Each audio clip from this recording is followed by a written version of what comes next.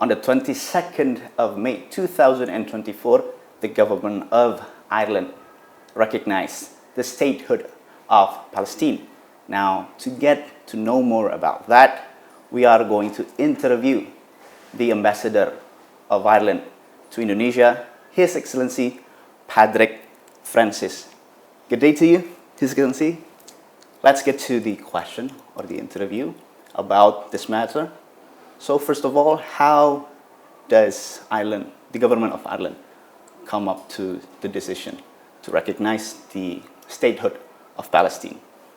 So Ireland has been very closely engaged with the Palestinian Authority for many years, and we have throughout Ireland had a great level of support for Palestine over the last decades.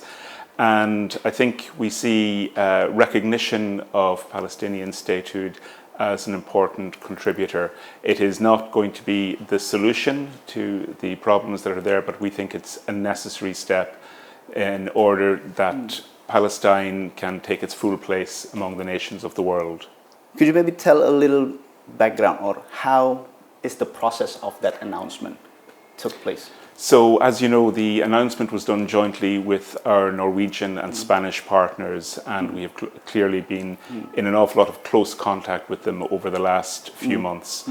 The situation in Gaza, as everybody is well aware, has become truly horrendous, and we think that this is something that will help raise the profile of Palestine and of our own position towards it, and the support of Palestine in the international community, which we think is very useful at this time. What do the government of Ireland expect of this decision? So we think it will be a clear demonstration to the people of Palestine of our support for the Palestinian Authority and our support for Palestine. And we hope that this will be something that will be useful for working towards a long-term negotiated settlement, which we think is what absolutely must happen, because there is only going to be a political solution to the problems that Palestine faces. How do the people of Ireland respond to this announcement? This has been very, very broadly supported in Ireland. The people of Ireland for decades now have had a very strong sympathy with the people of Palestine. There have been many people in Ireland have been calling for a long time for recognition of Palestine as a state. So I think I can say that this is an issue where there is, across the political spectrum, very strong support in Ireland for the government's recent decision. Do Ireland expect any maybe negative comments from the majority of the EU government, considering that it is your decision, the government of Ireland's decision is somewhat different from the majority of the EU government? Could you have any concern about that? Yes, we work very closely with our European Union partners. We know that our position is not shared with all of them, although many of them are certainly looking at this issue. But ultimately, we believe this is the right thing to do. When you're working with partners, sometimes you have differences with your partners, and that is just the way organizations like the European Union work. But we hope that other European Union partners will, before long, follow our example. And it's important to remember that many EU partners already, for decades now, have recognized Palestine. Okay.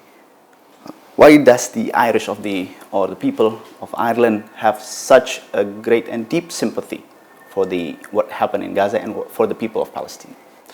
I think firstly, for the people of Palestine, our own historical experience has been similar. We understand what it is like to be colonized, to have land expropriated from us. So I think on that personal level, on that social level, people from their own family histories, they recognize what the Palestinian people have gone through over the last few decades.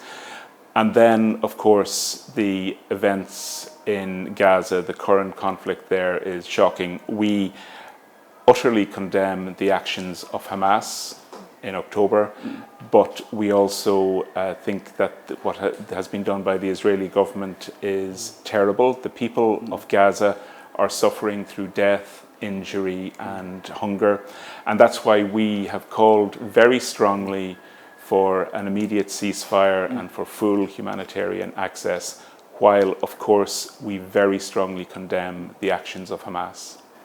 And this is going to, we are going to talk about the little bit of administrative process or the legislative process of your decision in internally in your government. How does it going to be? How will it going to be unfolded? This announcement and then come up to the official enforcement of the decision. So there will be some internal legislative processes which we will go through now and which will, I think, go very quickly. I think the main thing that will be visible is that the representative office of the Palestinian Authority in Ireland will become a full embassy and will be recognised as such in our system. So there, after that decision, this is the last question, by the way. After that decision, will then the government of Palestine will have their embassy in Ireland, is it? Yes. So the government of Palestine already has an office in Dublin, our capital, but this will now be upgraded to an embassy. Okay.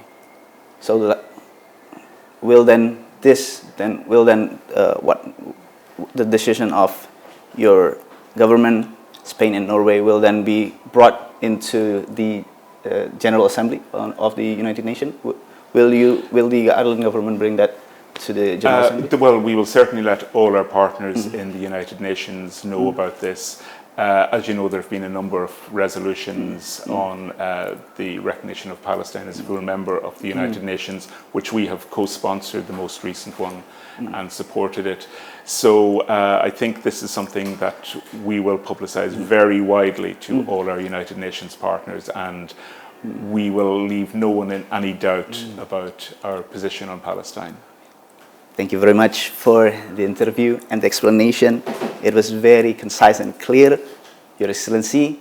Ladies and gentlemen, that is our interview. And Ireland, Norway, Spain are joining another 140 of 193 members of the United Nations General Assembly voted in favor of Palestine to gain their statehood. And for this, Addin Fathoni, Nico Aryanto reporting for Sea Today.